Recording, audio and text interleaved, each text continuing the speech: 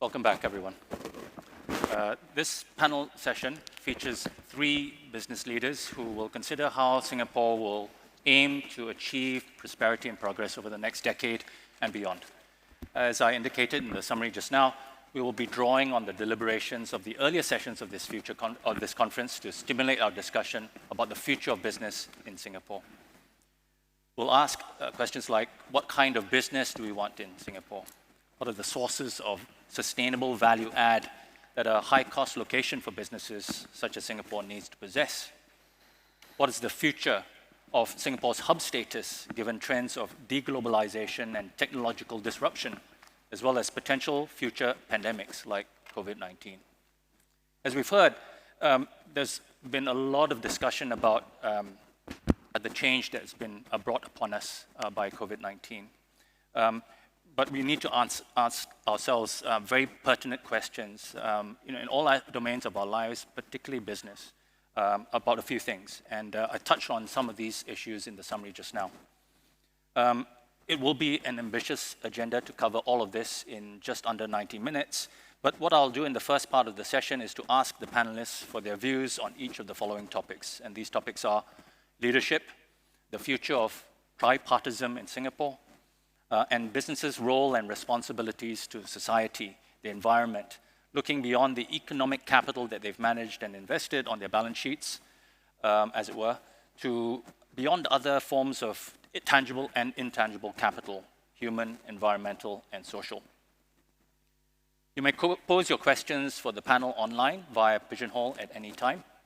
For those present here today, you will have the opportunity when we move to the Q&A section. Please pose your questions by indicating to our friendly IPS helpers around your zones that you wish to answer a question, and they will signal to me accordingly. We ask that you keep your mask on. Please stand up to introduce yourself and ask your questions. Alternatively, you may ask your question also via Pigeonhole, and the QR codes to access the system are available on your tables. Now I have the pleasure of introducing our 3 panelists this morning. They are from left to right. Ms. Au Kapeng. She is the chairman of the Shell companies in Singapore. In Shell, she's been in a number of roles within the chemicals and global commercial businesses. And prior to joining Shell, she had a long career in the Singapore Public Service, serving as Chief Executive Officer at the Singapore Tourism Board and a range of roles at the Economic Development Board. Next to her is Mr. Louis Lim, who is the Chief Operating Officer and the incoming Chief Executive Officer of Keppel Land. He was previously Director of Group Strategy and Development at Keppel Corp and the Managing Director of Keppel Technology and Innovation. Prior to Keppel, Louis was a partner in Bain & Company, where he was responsible for the firm's consumer products and retail and organizational and change management practices in Southeast Asia. To Louis' left is Mr. Ang Yut, founder and Managing Director of Ingenim Private Limited, a digital agency that focuses on technological innovation and user experience.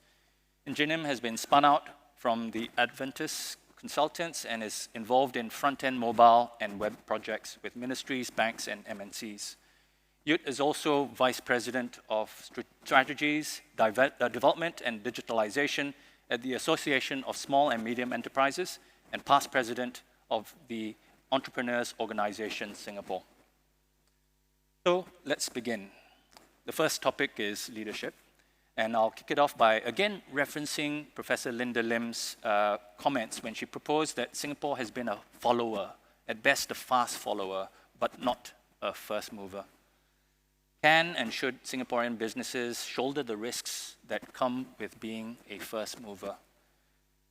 Is it within the Singapore business DNA to go where nobody has ventured before, to capture first mover advantages, especially into the region?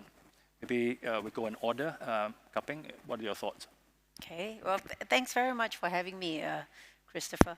It's really, fascinating to have heard your summary just before this panel and listen to the range of views that have been expressed across so many different topics. So hopefully, here, at least for us in this panel, we would be able to bring some views from a business perspective. I think it's quite tempting to try and pigeonhole a formula for success So whether we should be a fast follower, whether we should be an origin hub, and so on and so forth. As I look at the business that we're in now, it is being disrupted as we speak. And I'm sure we will talk more about it later, about climate change, about energy transition.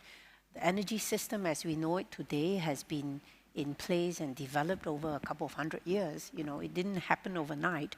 So how are you gonna get value as this system gets disrupted? And how would a big energy, a major like ourselves in Shell, be not just part of that process, but in the end, thrive through energy transition?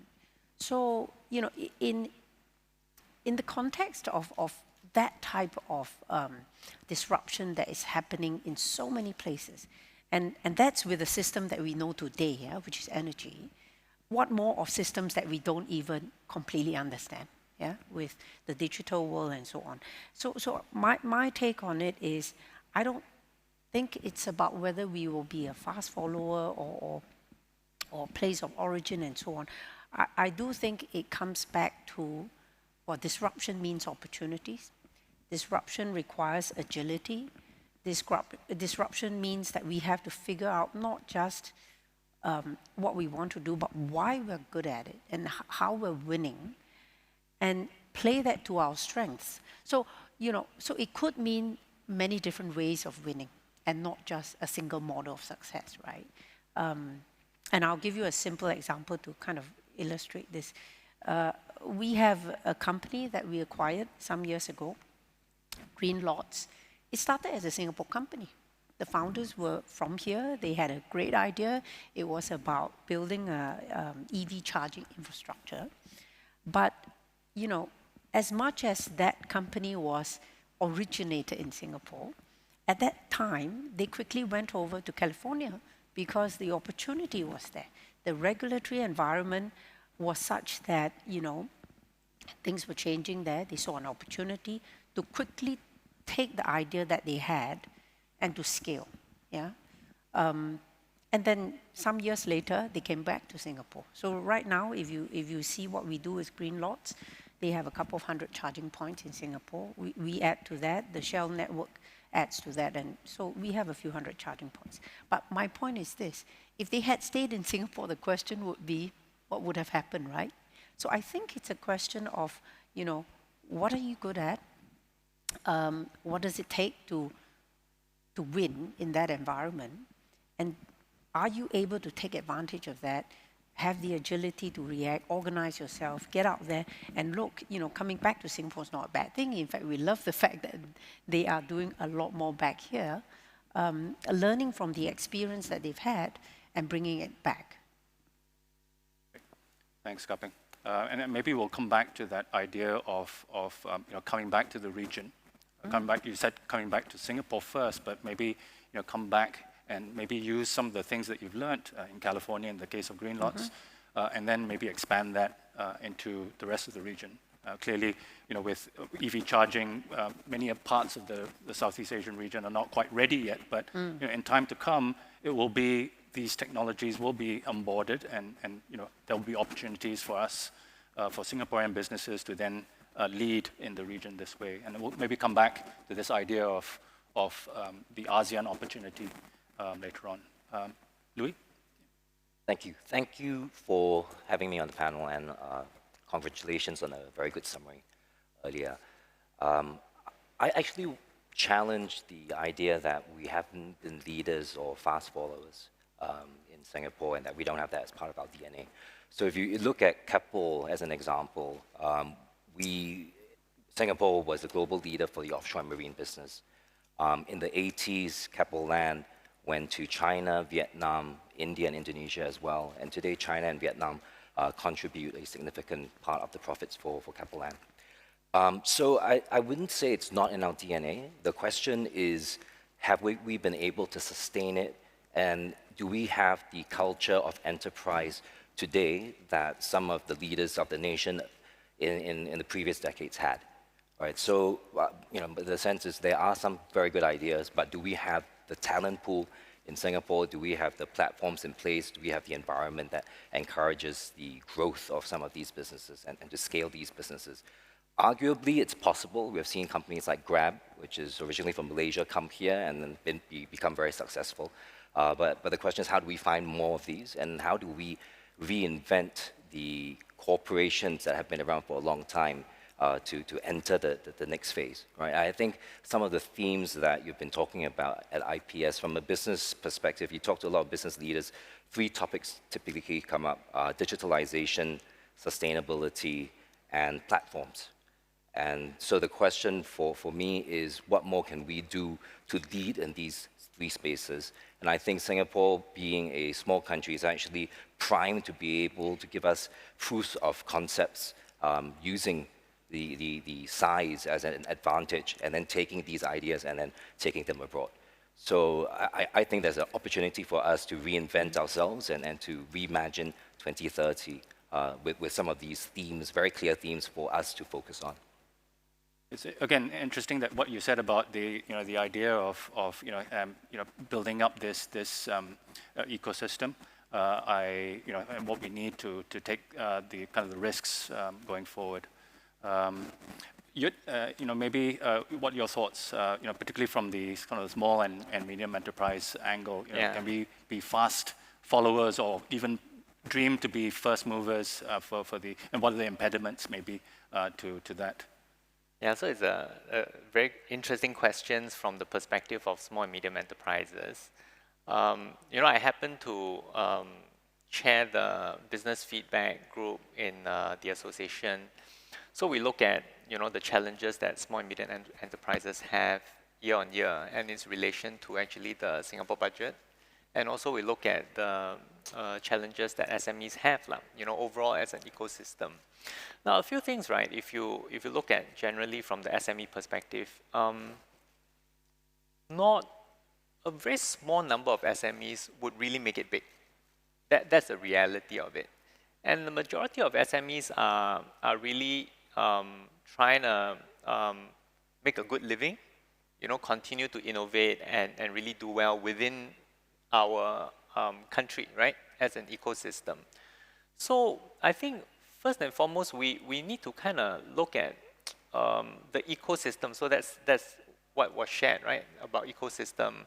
And we need to also look at the ecosystem not just from a perspective of how do you get 10x or 100x, because there are companies that are engineered and designed to go that size. But by and large, small and medium enterprises if you're looking at small and micro, which is below 5 million in turnover, we really want a stable life and have a good living and be able to feed our children and make a good living for us.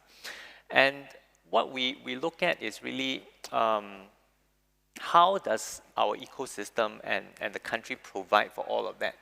Allow for SMEs to prosper, within this framework, and also allows those that has aspirations to go 10x or 100x, right, to actually have that growth potential. So if we looked at this, I think there are a few perspectives that overall as a nation we can really tackle and really look at. And the question around leadership is great, right? Because if you look at the overall initiative from the government and grants and help that comes down to the ecosystem, what usually happens is really to really promote SMEs to continue innovating. I think that's great, right? At the same time, because we are the receiving end as SMEs, we see that from a leadership perspective, the direction set is really very great and clear. But we always find that there is an element of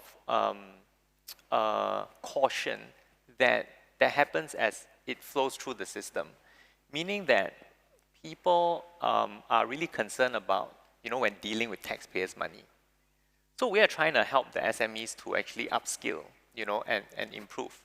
At the same time, there are procedural process that we put in, and bureaucracy and red tape, right? Because you've got to check and balance the whole thing. And sometimes it doesn't give that effect down to the SMEs. So you have an overall direction and leadership, which very often from the top, you see it's great ideas, but we want to look at how can that flow down in a smoother, in a better executed fashion. Because we are talking about all this initiative coming to help the SMEs to accelerate, right? So from a leadership perspective, we do see that we can be bolder, you know, from an economy and ecosystems perspective.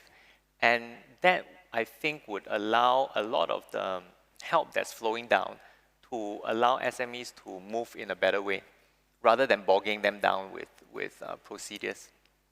Thanks, Yud. And maybe if I can then, draw on that, there's this idea of the interaction between policymakers who, obviously have the public interest at heart, and obviously might be thinking about, introducing the need for all of these checks and balances that you talked about, Yud. Louis and Kapeng, you've both worked in the public service.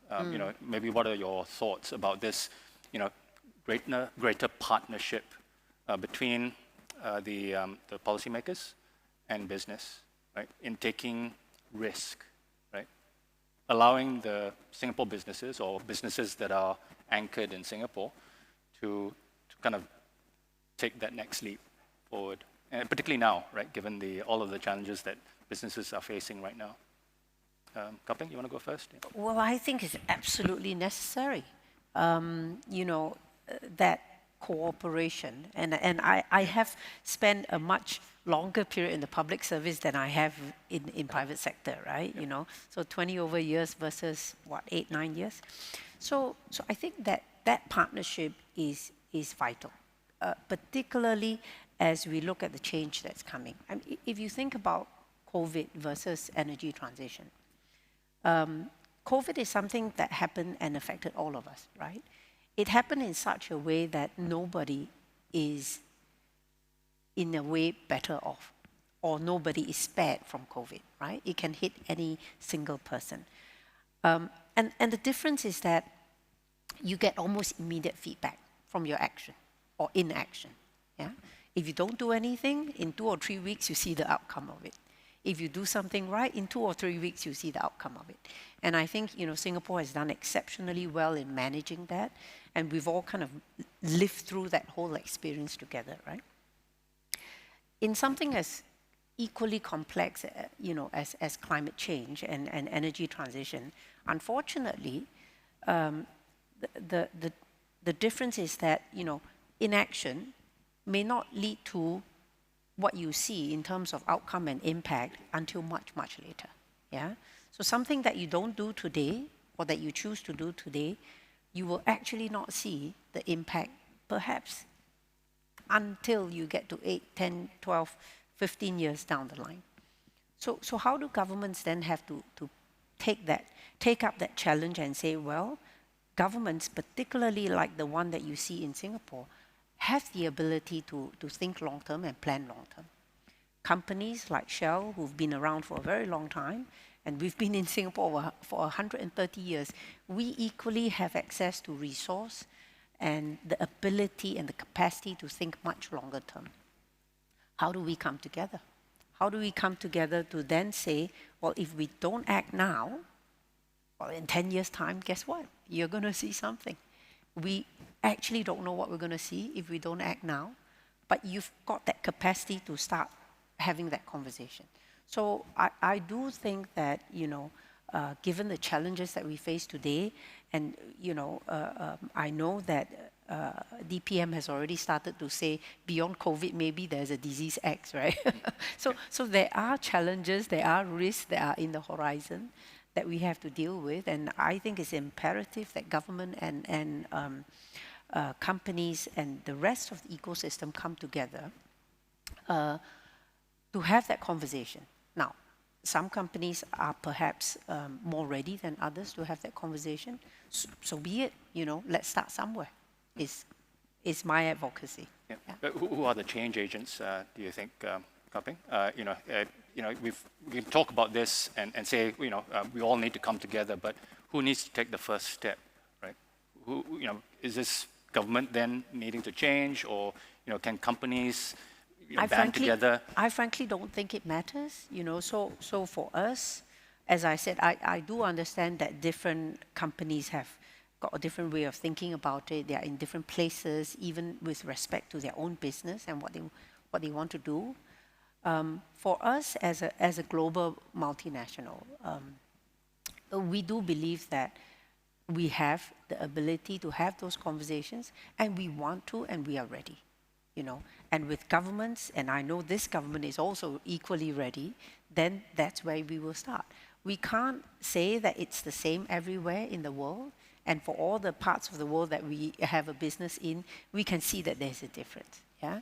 But you've got to get started with willing partners.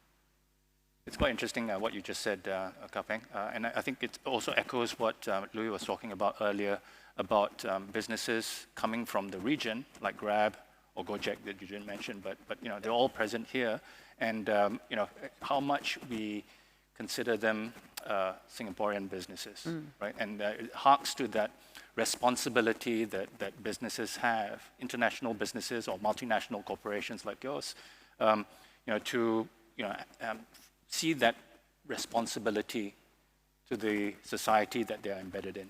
And I just wonder whether we can talk about that. What are the businesses' responsibilities to the society that they are in? So, Louis, you can take that up, or you can go back to the previous discussion. Up to you. Maybe just building on that. I think you've mentioned just now ecosystem in your speech. You talk about ecosystems as well. I think everyone has to play a role in it, right? I think it's we can't expect the government to take the lead in everything, and I think the companies need to have a role lobbying the government, if anything. And I think for us, for example, our collaboration with the government has helped us in many ways. In the 90s, we participated in the Singapore Suzhou Industrial Park development in China, which gave us more access to China. Together with the government in the 2000s, we developed the Sino-Singapore Tianjin Eco-City. And these have been the platforms for us to build a new business that we're driving called urban solutions, where it's not just vertical build, but horizontal build, including the infrastructure for larger precincts or cities, right? So, and we would not have been able to do that without the right support from our government to help us open doors. So I think we benefit from that kind of partnership, and we look forward to being able to do more. Again, if we are very clear about where we can focus on and where we are going to invest behind, then we have a clearer view of, be it the energy transition or digitalization or sustainability, that we collectively invest behind those areas, and we have the right kinds of incentives to build businesses or grow new businesses for existing corporates in those areas.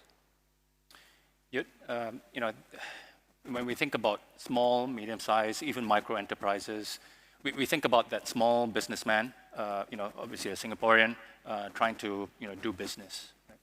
Right? So going back to this idea of which or what can we describe as a Singaporean business? So maybe your take on that from the small entrepreneur's perspective. Yeah, I think that if you look at the small and medium business owners, a lot of times in our interactions with them, from the association, we try to hear and understand the challenges they deal with, because at a different scale and a different size, the challenges are very different. And sometimes, as an SME owner, we sometimes may think that, look, the challenges I face are beyond my control, and I think that's not a very powerful position to look at. I think SME owners are in fully capable, right, of continuing to innovate their business, and the other part is not only can they innovate, but they can actually do more collaboration with one another. One thing we notice in Singaporean businesses is that I think the nature of collaboration spirit is not so strong. And maybe it's from, being competitive in school and since then, right? But we can really do with better ability to collaborate and working together. And we always hear of how we can actually go out of the country. Singapore is a very small market, right? Yep. And how do we hunt as a pack? And I think that there are a lot of possibilities that Singapore businesses can actually collaborate together and working with larger enterprises like the GLCs, right, Keppel and so on, to actually work together and actually tackle. And I think that's where the game becomes more interesting. And one thing going against us, really, if you hear and you speak to especially the newer generation also, is the fact that we are very comfortable here in Singapore. So people going abroad is something that people feel, you know, it's tough, it's a bit painful. But I think we should instill the spirit of enterprise and venturing abroad in our people and also our enterprises so that, you know, we go beyond just our shores. Maybe we can stick on that idea of you know, what kind of businesses we can call Singaporean. Because I think, you know, it leads to the second point on tripartism, right?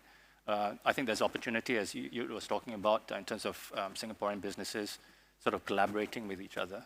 But we also have businesses around the region. Again, the Grabs, the Gojeks, and many small businesses around the world, but clearly in the region, that we can partner ourselves with as well.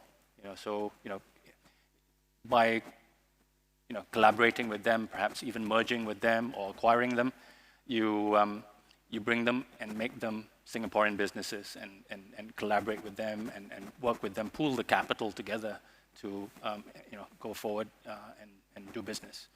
But I thought we should now, in the interest of time, move on to our second topic, and that is tripartism, right? I think you heard from Director IPS earlier about, you know, the essential workers, right? And what is that, you know, interaction between obviously government that we've talked about, businesses, and labor, right? So, you know, maybe we can kick off with the elephant in the room, right? Is this, you know, our relationship in Singapore with foreign workers, right? At all levels, the top to the bottom. And clearly we have been most concerned in the last year, obviously, of the migrant workers all holed up in the dorms. But you know, there's going to be a lot of change, right? I believe. You know, how prepared are we, businesses as well as a society, as well as the overall economy, to sort of adapt to the changes that will be required? I mean, clearly costs are a big part. We're already a high-cost location. So, you know, can we maybe have a think about that and, you know, talk about the implications of this new relationship or a new relationship with foreign labor? Who wants to go first? You know. I can share. Yep, share. Actually, the challenge with overall, right, from the SME perspective, our challenge with foreign workers started around 2011 when there was a decrease in work passes and so on. So since then, there's been, you know, SMEs and local businesses have been struggling and trying to adapt to having better productivity, having upskilling our internal workers and local workforce, right? Because the quota and the passes were tightening over this period of time. I think overall, we've seen, well, there's certain work that requires people and hands and legs. And I think we've seen to limited success or some degree of success in certain areas. And I think it's an ongoing process. One of the challenges of actually the transition in terms of workforce is that there's a challenge in upskilling and training and retention. Now, once you get into a challenge of training and retraining, because your work pass, right, may not get renewed and you have to retrain new workers, some SMEs get into a situation where they get stuck with the cost of training and their cost starts to balloon and their productivity starts to drop. So instead of productivity going up, because of these situations, in many cases, you find actually, you know, productivity going down. So I think that the economy needs to find a mean position, right, where we have the right amount of foreign talent and foreign labor, as well as a right amount of productivity and automation. Now, then we talk about the COVID situation that kind of hit us, right? The wave that hit us really really transformed many businesses. They had no choice, right? So certain businesses overnight had to drastically change and restructure. And some of them are still dealing with that. Like in the retail sector, we are not seeing majority gonna be having a good year this year. F&B is kind of recovered. And in this perspective, right, because of this wave, I think there's further opportunity for us to look at how we're going to deploy our local labor versus foreign labor. So I think there's an opportunity for us because of the situation to reorientate the business or transform the business and have a more optimal usage of manpower against what is sustainable for us as a country, in terms of usage of manpower. But we do see, because of this, a lot of SMEs potentially outsourcing or offshoring certain work abroad, which in the past they may not be considering, and all because of work from home situations, and also the fact that certain businesses are just restructured and transformed. Any thoughts, Louis, Kapeng, on this matter? No, I agree with I think everything he said. If anything, I think the question for us is how can we reduce reliance on foreign labor, right? I think it's something that it's a fact that most Singaporeans will not want to do the slew of jobs that the foreign laborers are coming to Singapore to perform.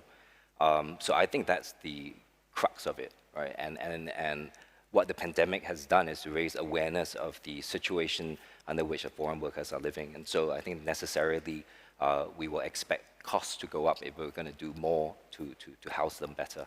And I think these are the realities of business that we're going to have to grapple with over the next few years.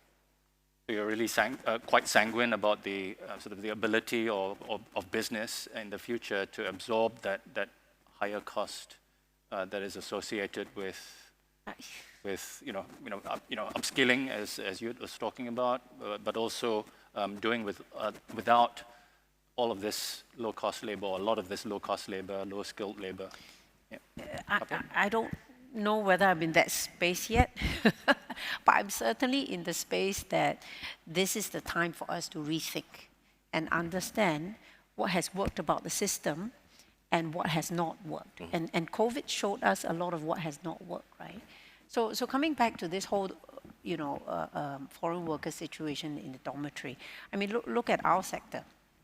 We, as Shell, we don't hire a lot of foreign workers. In fact, the vast majority of our workforce are locals, yeah?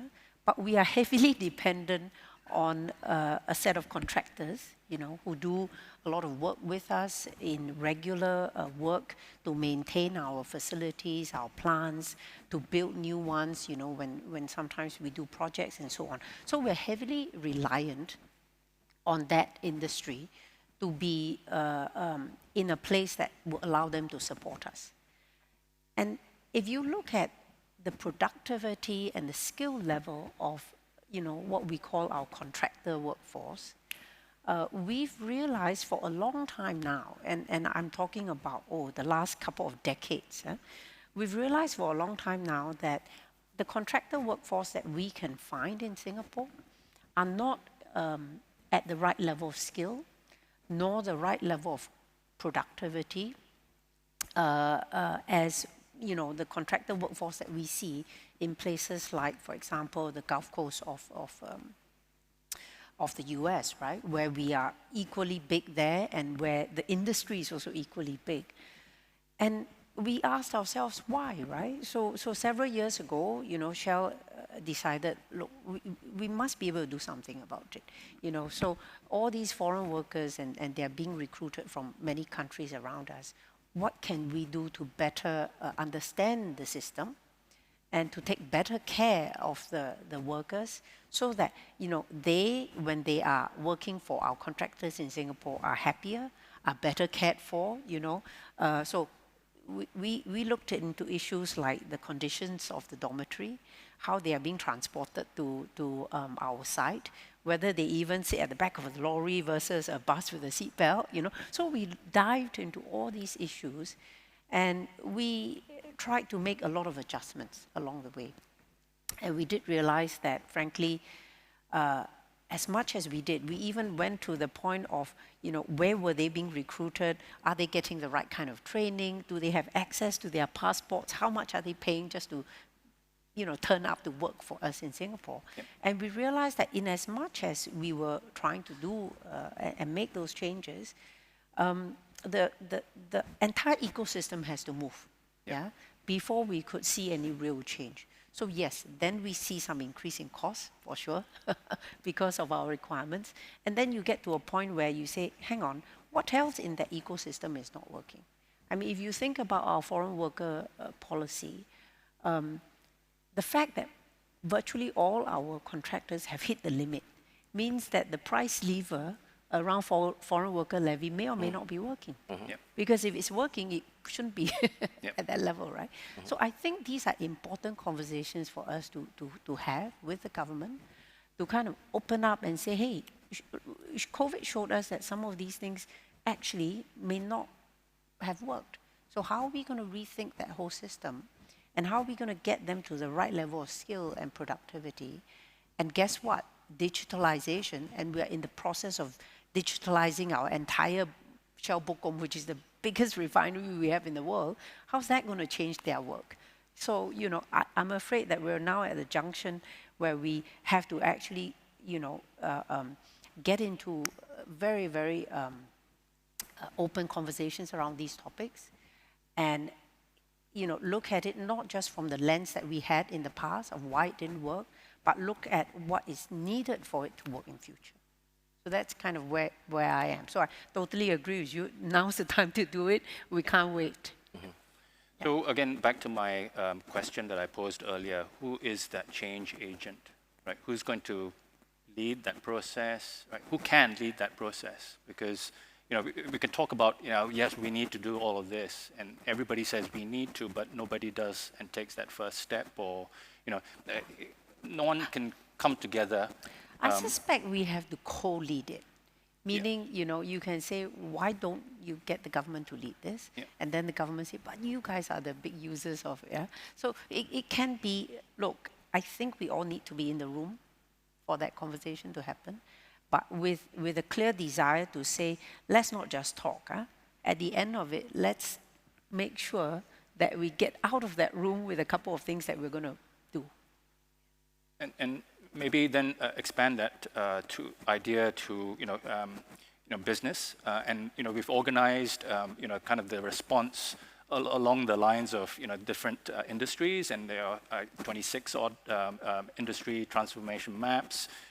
What are your thoughts before we move on about the kind of the maybe that pigeonholes us into or puts us into silos and buckets that maybe are not as dynamic or flexible?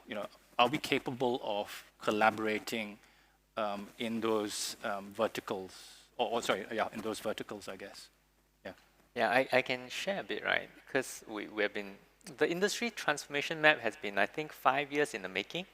And one thing we got to say about our government, they are very structured and very forward-thinking. Now, what we have in terms of challenge, right, is translating some of these ideas and thought leadership down to execution. So if you look at a typical SME and we're looking at the transformation map, very often the relevance is not quite there, or you struggle to kind of understand what is this all about. And for us, I think here's where you talked about the tripartite, right? Where over the last, I think 4 years, I've seen the government move stronger and stronger towards engagement of trade associations as well. So together with trade associations coming in and the empowerment of trade associations, I think the likelihood of having these maps from a theoretical and conceptual level, right, being able to execute and become relevant down to the individual businesses, I see that chances being able to materialize much faster and much better able to realize. So I think that's a great move in this perspective. The other part I wanted to also point out, right, overall in terms of the ecosystem perspective, is that if we wanted to have SMEs and businesses to continue to be strong. I think cost is an area that we may want to look at how we can manage. So Kaping mentioned about cost. Overall, we see, right, from an SME perspective that cost fundamentally is an innovation dampener, and of course there needs to be cost because we need to pay for things. But as an ecosystem and as a country, we are already now almost the top 3 most costly country in the world, right, for doing businesses. And as an SME, if most of our profits do not get retained as profit, but they have to be paying bills or rental, right? That becomes a challenge because then there leaves very little for SMEs to actually innovate and do more, right? We're just doing hand to mouth. So I think from that perspective, we should also look at how can manage the costs so that it allows us to have that ability to innovate from the ground up. So actually, it strikes into what you just said, what you've all said, strikes into some of the questions that we got, particularly on day one, right? About, again, how we navigate into this new changed cost environment for Singapore. And again, who leads that process? And the question actually, the question that sticks in my mind came from the kind of the procurement angle, right? And I was thinking about this when I was quoting Professor Danny Quah, right? His points about not focusing on maximum efficiency, but that right balance between performance and resilience, right? Who takes that lead, right? Government is the biggest employer and procurer of contracts and services. Big firms like yours, Shell and Keppel, right? Also big procurers as well, right? So who takes that first step, right? Because if you do so and go through the detail that you were mentioning, Kaping, it's gonna raise your cost. And it may put you at a competitive disadvantage to other firms competing in your space. Well, I suppose, there's a question of who is best placed to understand system cost and system impact, right? So, it's great to have industry transformation roadmaps. I was on the other end of drawing those things up a long time ago, right? But, if you cast your eye to the future and say, look, 20 years from now, right, or 10, 15 years from now, if we do not do certain things, who is at that point in time best placed to understand what would have been the cost of externalities that could not be priced in? What would have been the cost to the system due to inequalities, due to many other things that happen at that point in time? An individual company or a government? More likely than not a government, I think, to be able to provide those kinds of perspectives, to look at, so what are the outcomes that you're trying to drive from your industry transformation and the consequences of not getting there? Yeah, because if it's just a set of ambitions and we want to be 10 times bigger than we are today, or we want to be number one in everything we do, I think that's a great place to start, but it's not the only conversation you need to have. You've got to say, what's the consequence of us not getting there? What are the costs to the system if we don't achieve certain things? So and I'm reflecting on this because, as a company, we see how different ecosystems act through the world. Yeah, some, in Europe, they have taken a different approach to climate change. Here, we've taken a slightly different approach, and it's fine. It's fine to have different approaches, but we need to kind of, come to that part of the conversation. Yeah. Okay, and I did want to talk about sustainability before we open up to questions. Yeah. Maybe we can come back to it and towards the end.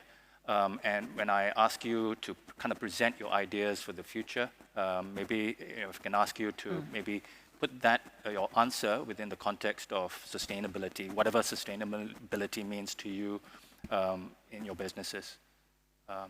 So, I think we've come to an appropriate time to just open up to the questions from the floor. We've got quite a number of questions that have quite a number of votes already from Pigeonhole. Again, maybe I can reiterate the offer to all of us participating here in person today to raise your questions by putting your hand up, and the mics will come to you. Please introduce yourself and pose your question. Please keep your mask on, of course. So if there are any questions from the floor at the moment, before I move on, I see two already. May I just take that gentleman there, please, if I may?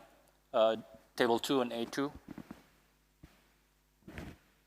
Yep, table 2, A2. Can a mic go there, please? And then maybe we'll take another question from the same zone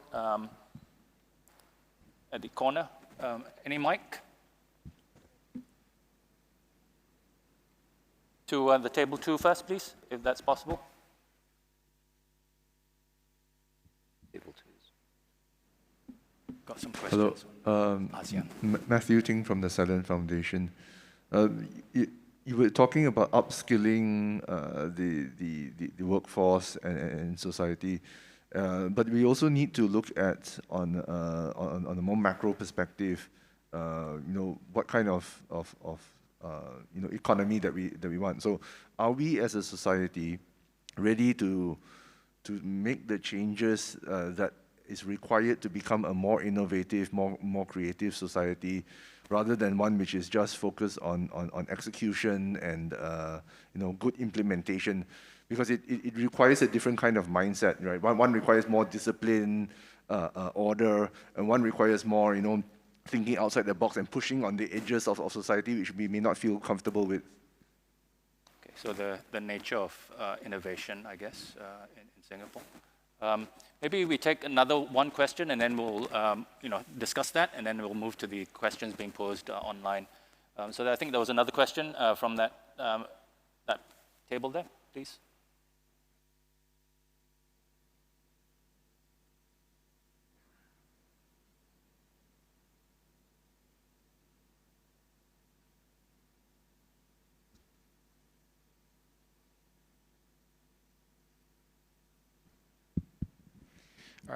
Hello, thank you very much. Alex Tan from IPS. Thank you very much to the panelists for this engaging session. I listened very intently, and I have a question for each of the panelists. I'll start with Mr. Lim. You talked a little bit about opportunities in Singapore where we don't have to start from the bottom in a greenfield startup, so there are pockets for entrepreneurship in existing companies.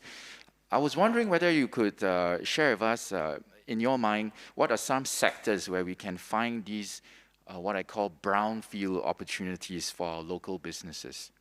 That's for Mr. Lim.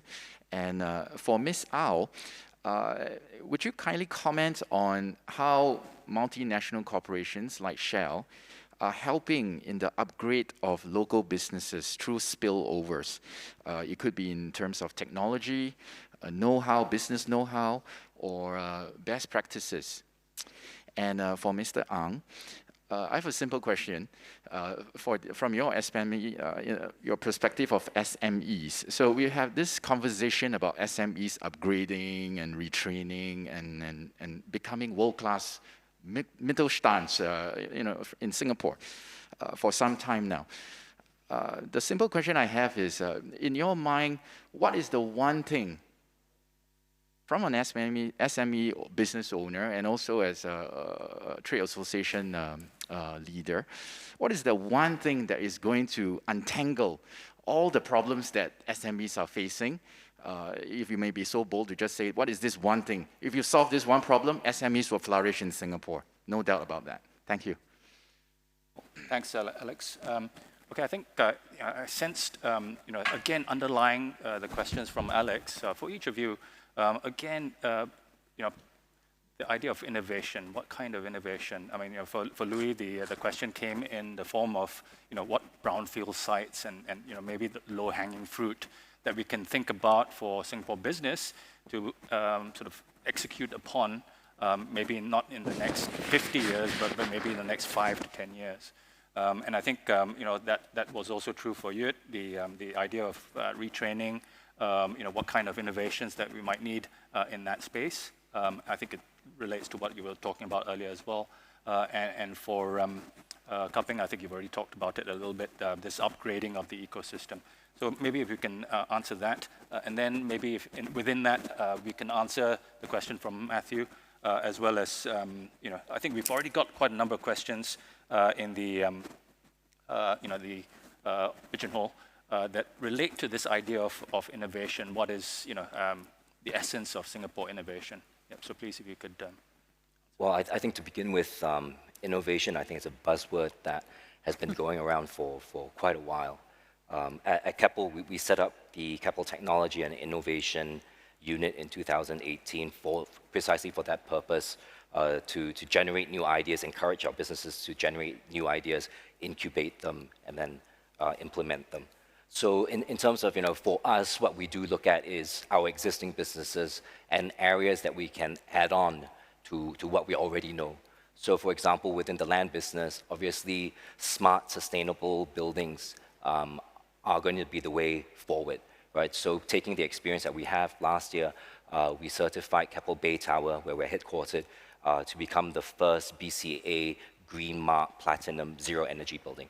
And I think the zero energy building theme is going to be something that we can roll out, not just in Singapore, but in other markets, right? And we have a fund management arm, which we can even harness to raise money to do that. So I think coming up with ideas and implementing them is the key thing, and it doesn't always have to be ours. I think one thing that we need to be more conscious about is this not invented here syndrome that I think a lot of companies have and that we need to overcome. So for example, we invested in a co-working business in India called SmartWorks. We've invested last year in a co-living business, a small one starting out in Singapore, but with Southeast Asia ambitions. So I think these are the ways that we can tap into the ecosystem and to help us grow as an organization as well. You want to go next? Okay. I want to tackle the innovation part, right? I think innovation needs to be accompanied by hard skills. I mean, you can dream, but you need to be able to execute at the same time.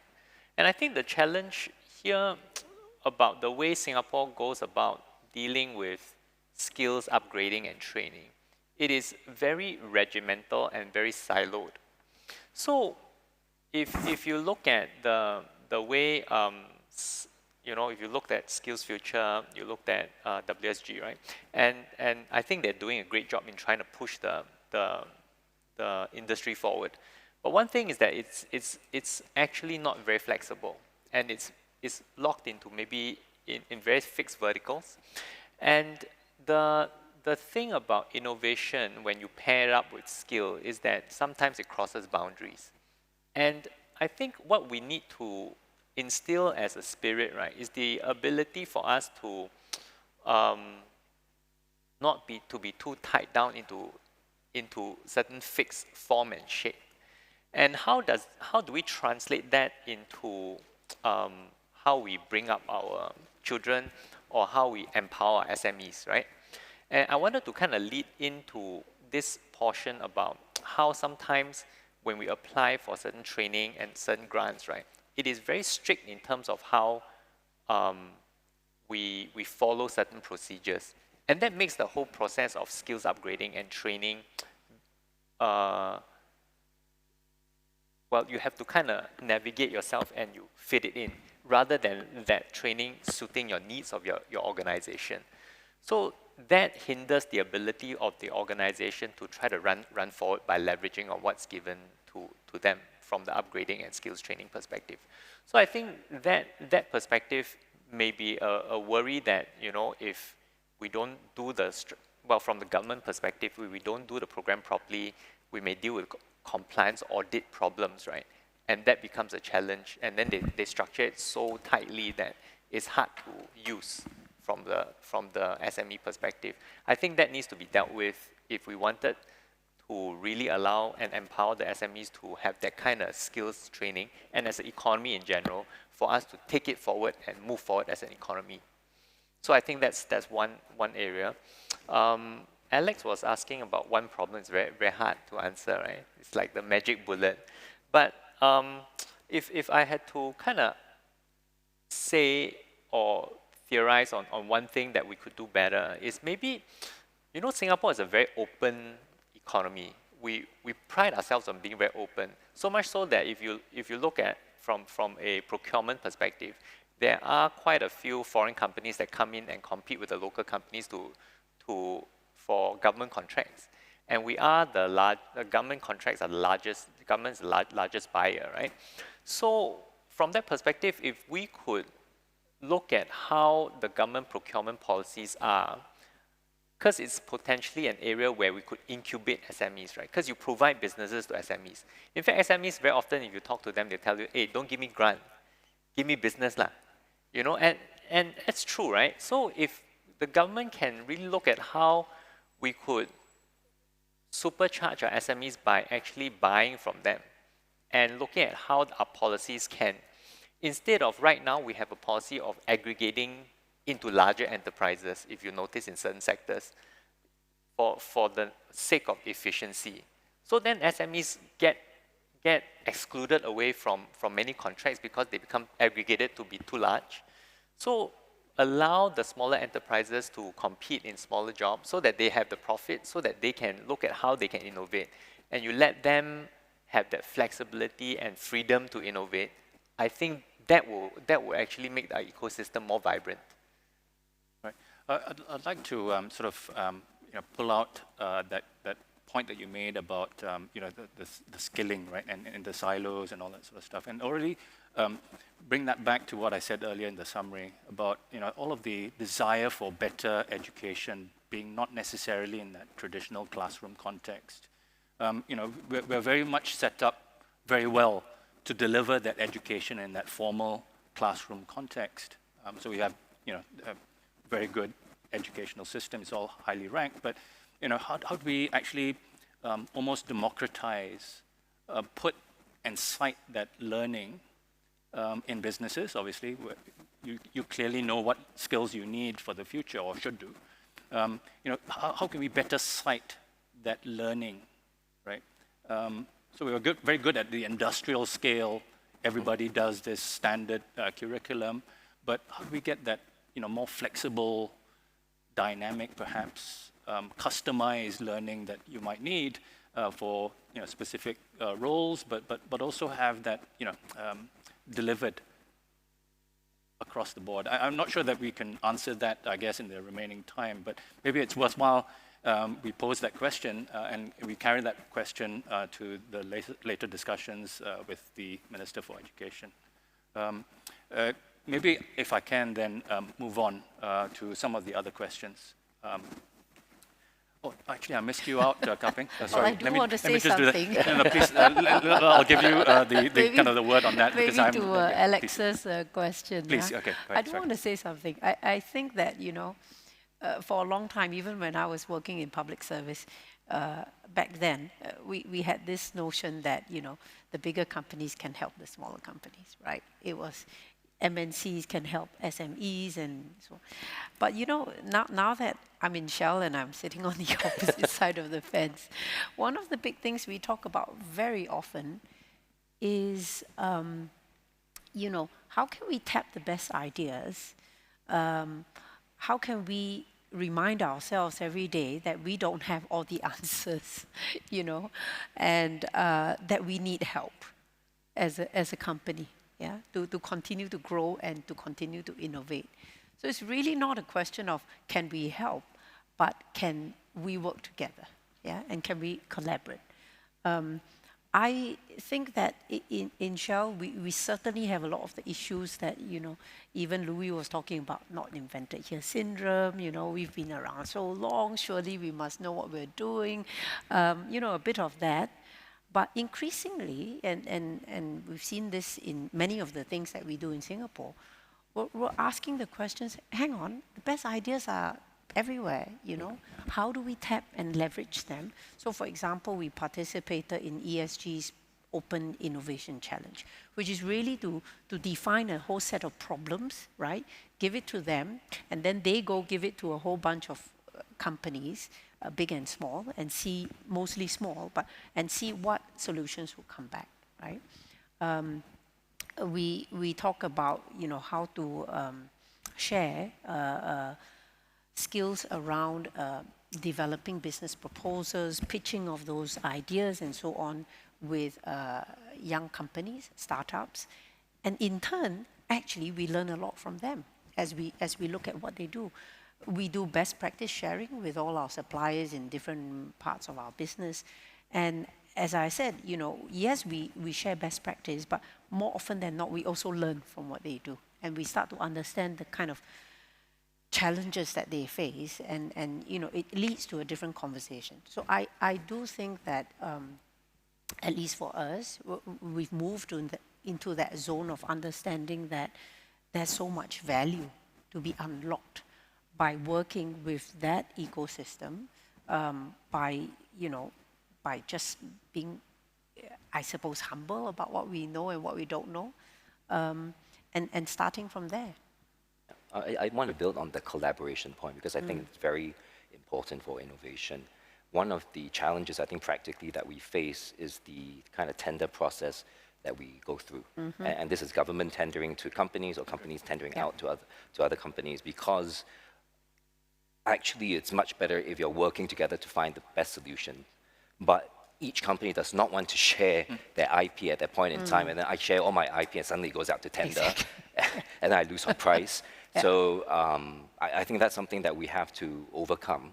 And it's this whole balance of controls and compliance that has become so important in this day and age, but which has also added a huge amount of cost to operating businesses. So what can we do to be clever about how we govern for risk instead of kind of governing off risk, right? And I think that's going to be a big challenge that we have to overcome collectively.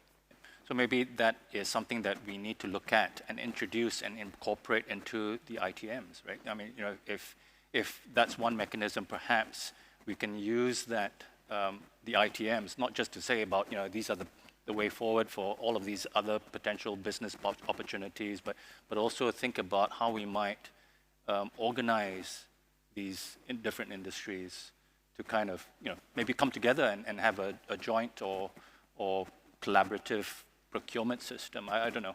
Maybe it's a suggestion that maybe we can take forward. Great, excellent. Okay, there's lots of questions on Pigeonhole, and it would be remiss of me not to address some of them. If I may, I will group them and just pose them, you know, as one.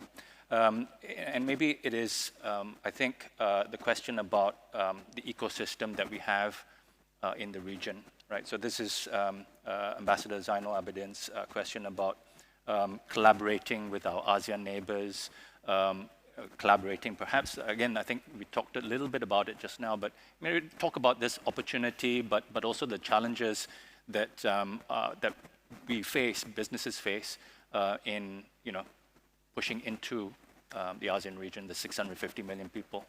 Yeah. Anybody want to go first? Yeah, go ahead. Sure. Yeah. Well, I think definitely a big region. I think for Keppel, as we look at Asia Pacific, without doubt, China and India stand out as must-go-to countries, even though, especially India, is challenging. Question for us is where in Southeast Asia, right? And I think for different industries and sectors, there are different places that you can go to. For us, again, we've been fortunate to have been in Vietnam for a very long time, but we think that country holds a lot of promise. And that's where, you know, we are differentially focused on trying to introduce a broader set of solutions beyond real estate, which has been traditionally where we've been focusing on into Vietnam. And then I think finding local partners is incredibly important. For us, partnering in each of the markets has been the key to our success. So for Southeast Asia, I think wherever we go to, we need to be very clear about what the right partners are that we can collaborate with. And this is for any Singapore company that's venturing overseas. And do you think that that opportunity also exists for small and medium-sized Yeah, enterprises? I think that Singapore has a very good brand. If you travel around, you hear other countries talk about Singapore. It's always a renowned brand as Singapore company, and people have respect for that. Now, we always say that Singapore is a perfect test bed because we are a small country. It's very easy for us to execute and do things, right?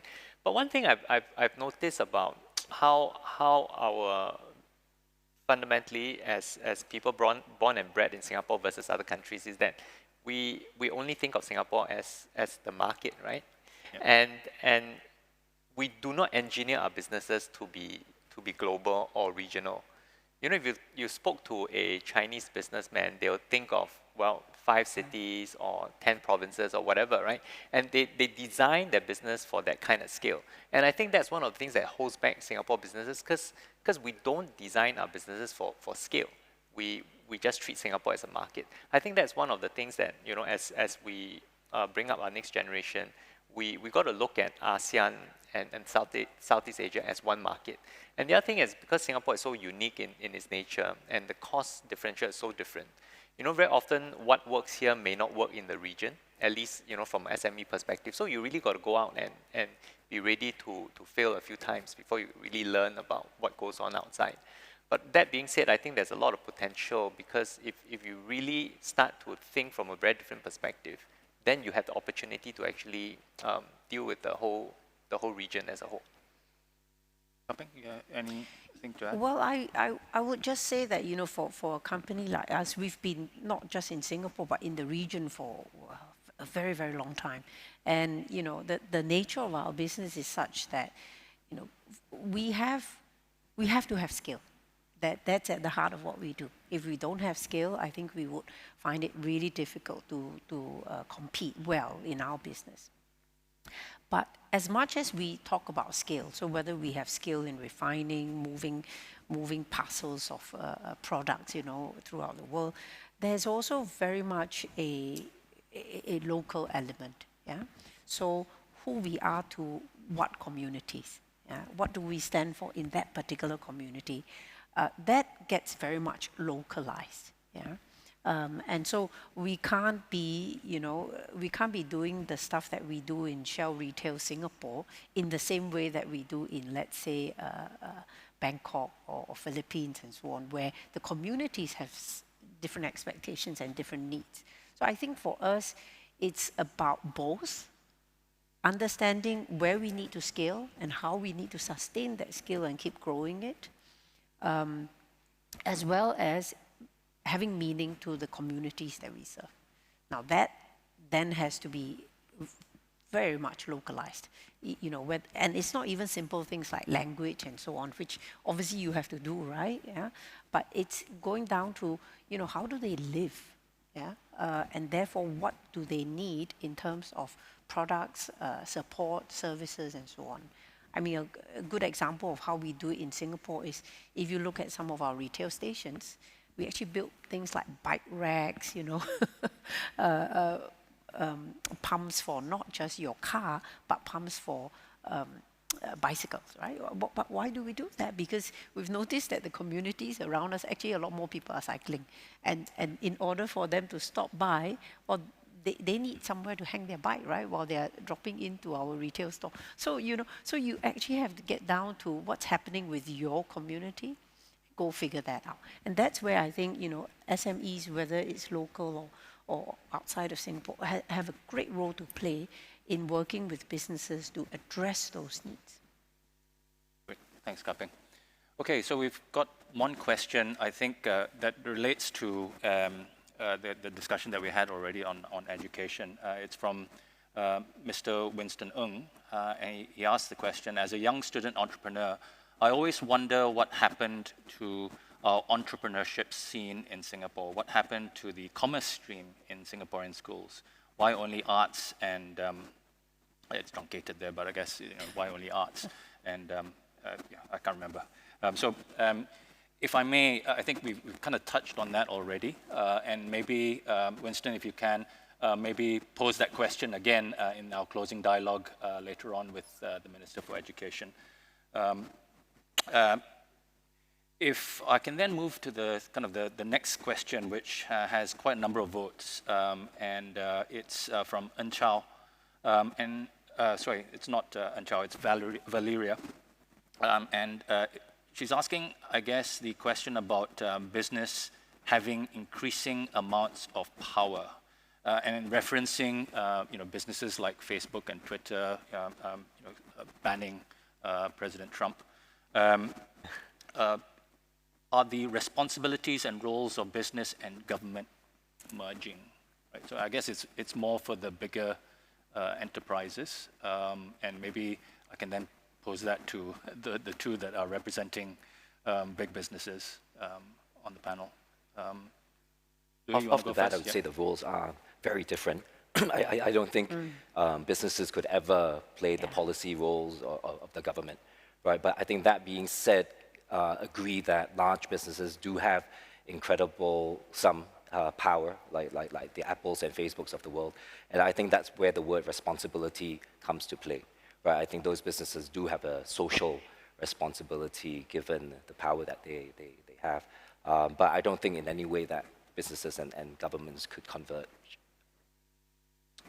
Well, I do agree with Louis that governments and businesses have different roles. Yeah, they need to coexist, but they have different roles. In Shell, we talk about societal license to operate. What does that mean, right? A couple of really big words, strung together. But it's about understanding, within the communities that we do business, what do societies expect of us, and how do we serve those needs?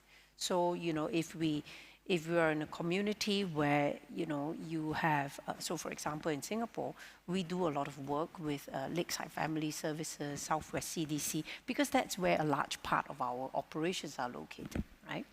And so we invite them to see what we do, we talk to them, and we have exchanges.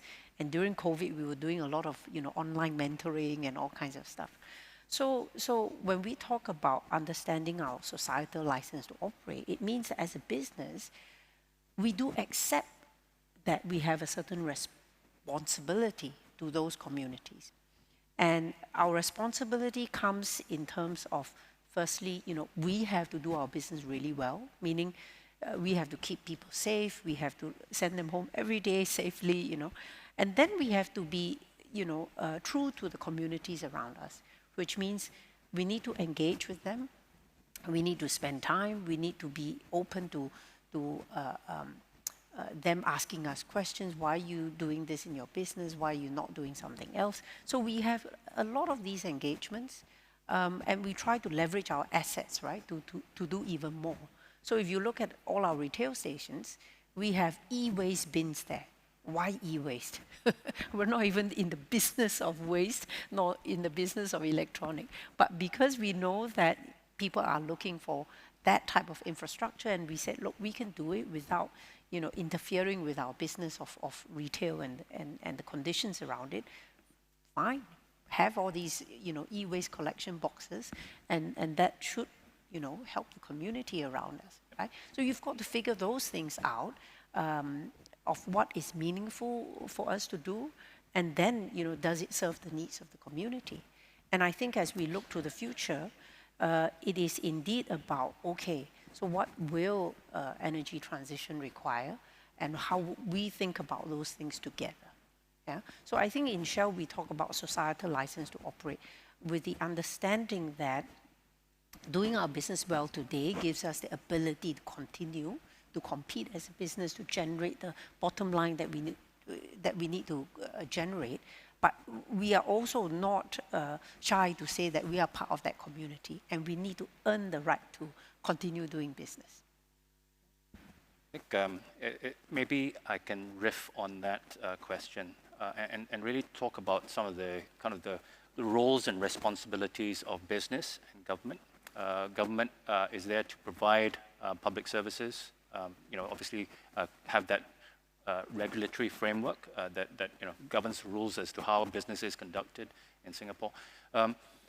Maybe touch on the idea of taxation, right? Because we've got the budget coming up in 2.5 weeks' time.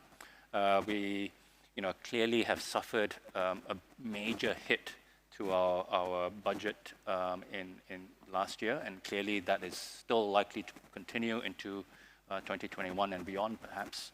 The question is, how would business react to Singapore not necessarily being as low taxed and as favorable in terms of kind of subsidies and incentives to set up in Singapore, right?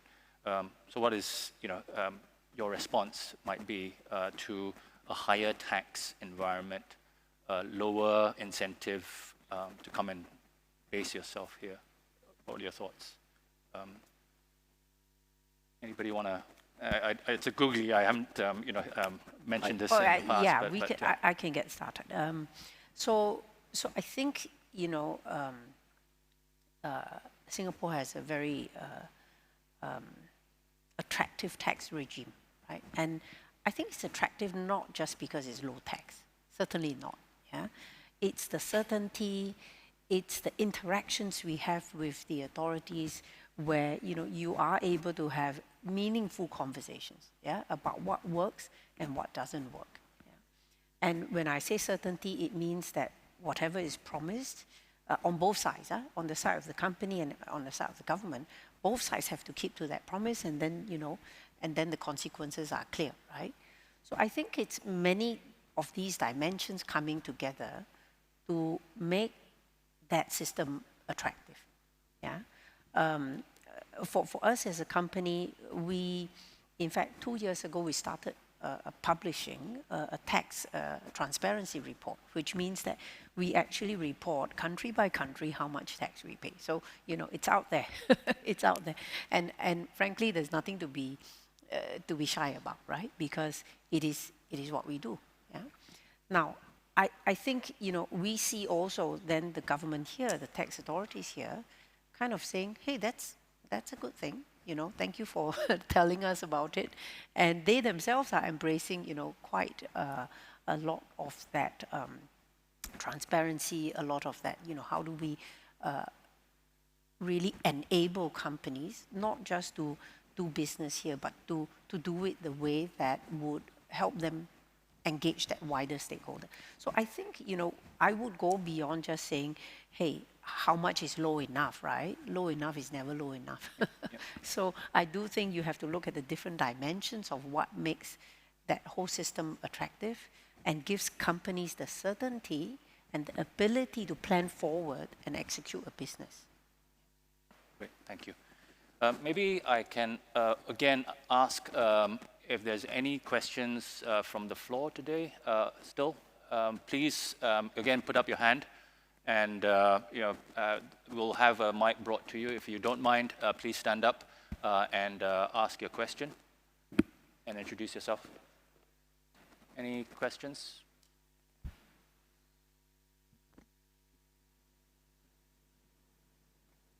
No? Oh, please. Professor Kishore.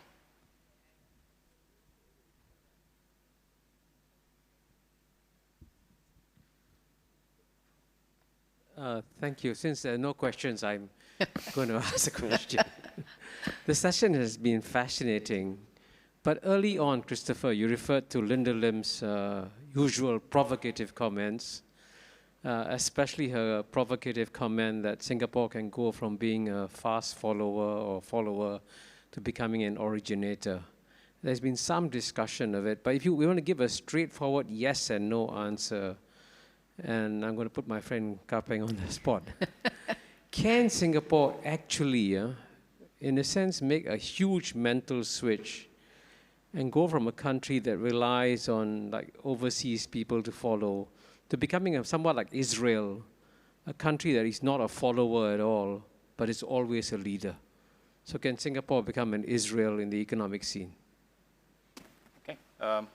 Again, it's provocative. You've been put on the spot. It's come up time and time again. But maybe we probe a little bit deeper, I think, into that question, whether it is within Singapore's DNA to do that, take that risk. Please, anybody? Kapeng, I mean, you've been well, Kishore, since you kind of provoked me, right? Thank you. think we do, but many things have to change, you know. And when I say many things have to change, oh boy, the things that are floating in my mind, there are so many, you know. Leadership, how leaders react to failures versus success, you know. How leaders enable instead of direct, yeah. How leaders provide care and not just, you know, discipline instruction. So there are a lot of things that need to change in that bucket.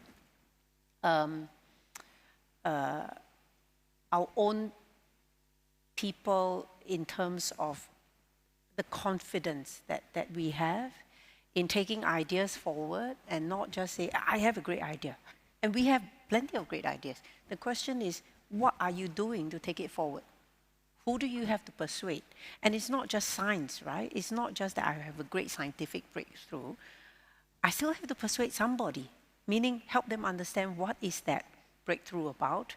You know, and frankly, in Singapore, I sometimes think we value the hard stuff a little bit better because it's easier to say, let's put a value on that. But the softer stuff of how we persuade, how we articulate, how we get people excited and energetic about it so that they can then go into action mode, that we usually say is soft. But what does soft mean? I kind of personally find it hard to really differentiate between hard versus soft, right? Because you need all of it to happen, yeah? You need all of it to happen to say, even if I had a good idea, I'm going to be able to persuade people to work with me to take it to a better idea, yeah? And I think we have to equally value this bucket of capabilities as well as this bucket of capabilities. Now, do we then have things like infrastructure, system, institutions? Yeah, we have lots and lots of those, and many are in pretty good places. You know, then how do we think bigger, right? How do we think beyond what we have today? What new things we have to build? So, you know, Kishore, I'm in the place that yes, we can, but we have to be pretty brutally honest about what we need to change and be quite broad-minded about it, meaning we cannot stop at let's just do the 3 easy stuff, you know, or do the 3 things that we can clearly put a box around, yeah, because it won't be enough. That's where I am. Louis? Well, I mean, it's interesting that you mentioned Israel.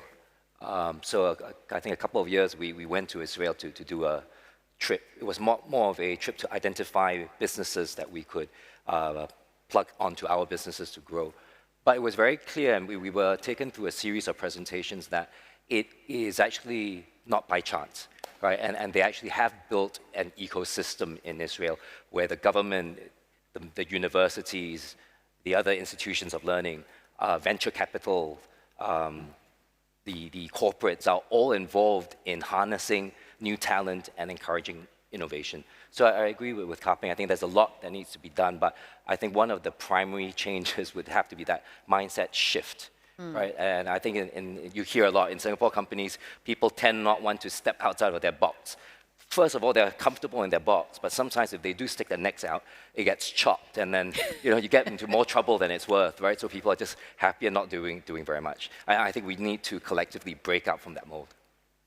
I can, well, from the SME perspective, I guess,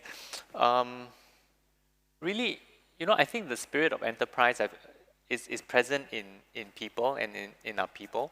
I've seen a lot of innovative and very enterprising people, Singaporeans in other countries. You don't really hear of them, but they are very enterprising and very innovative.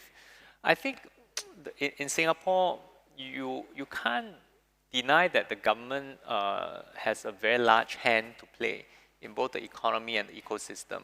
And I think if we really wanted more innovation in that perspective, I think a few things needs to happen such that the leadership comes from top down, right? And there are things like, for example, if, like I mentioned before, costs. If costs are really tight and keeps going up, then the amount of innovation opportunity for the smaller businesses are not going to be there because it gets sucked away from from the business vibrancy. I think there are also policies around how to drive innovation.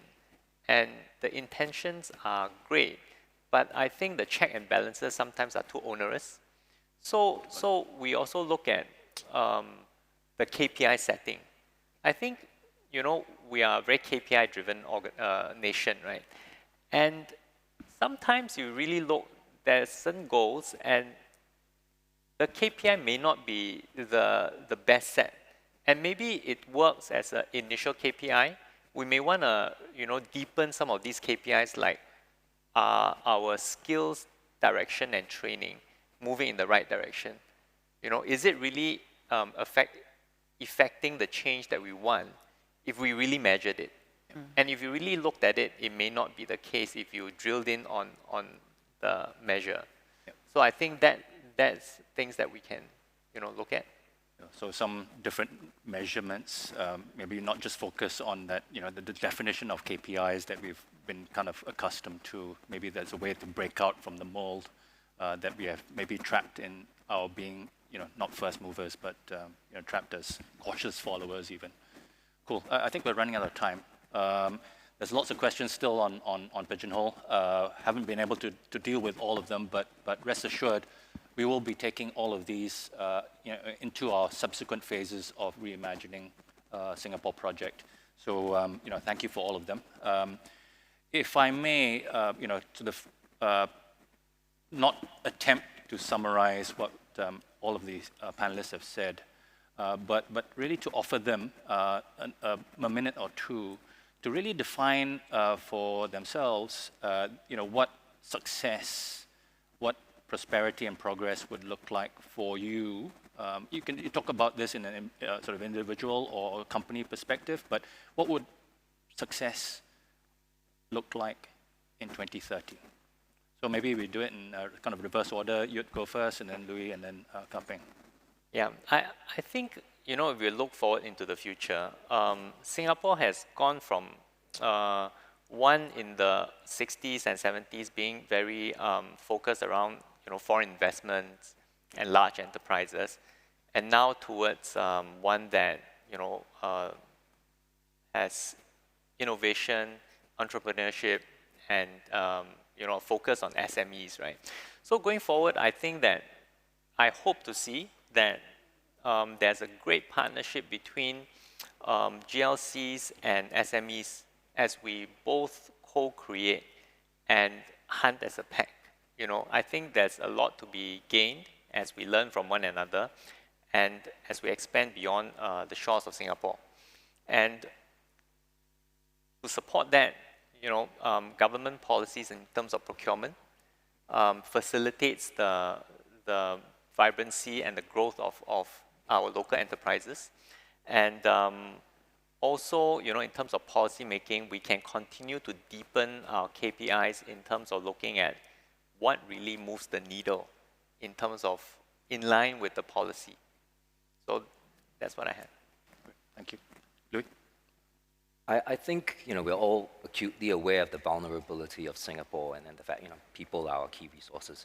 So I think in 2030, I would like Singapore to be one of the most livable cities in the world, a place that attracts the best talent, the companies to be headquartered here, and that we have the ecosystem in place to be able to enable that, right, with the kind of agility and innovation that's required for us to make the difference, move the needle over the next 10 years.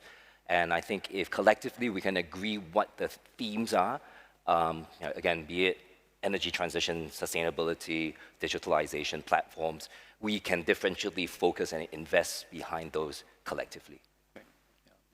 Kapeng? Well, I've been reading about and watching the energy industry for 30 years now. It's a long time. But, nowhere in that 30 years period have I felt the most excited about the kind of change that we're seeing today. And so I hope that, and I know that Singapore will succeed and thrive in the energy transition. That's what I want to see. I think we've got all the reasons to succeed. And in a very good way, COVID has actually cracked open our minds to new thinking. Yeah. more power for us. With that note, a very optimistic note, may I thank all of the panelists, Yut, Louis, and Kaping, for joining us today and sharing their thoughts about Singapore business in 2030. May I ask everybody to thank the panelists, and we look forward to more questions later on. Thank you. Thank you, Christopher.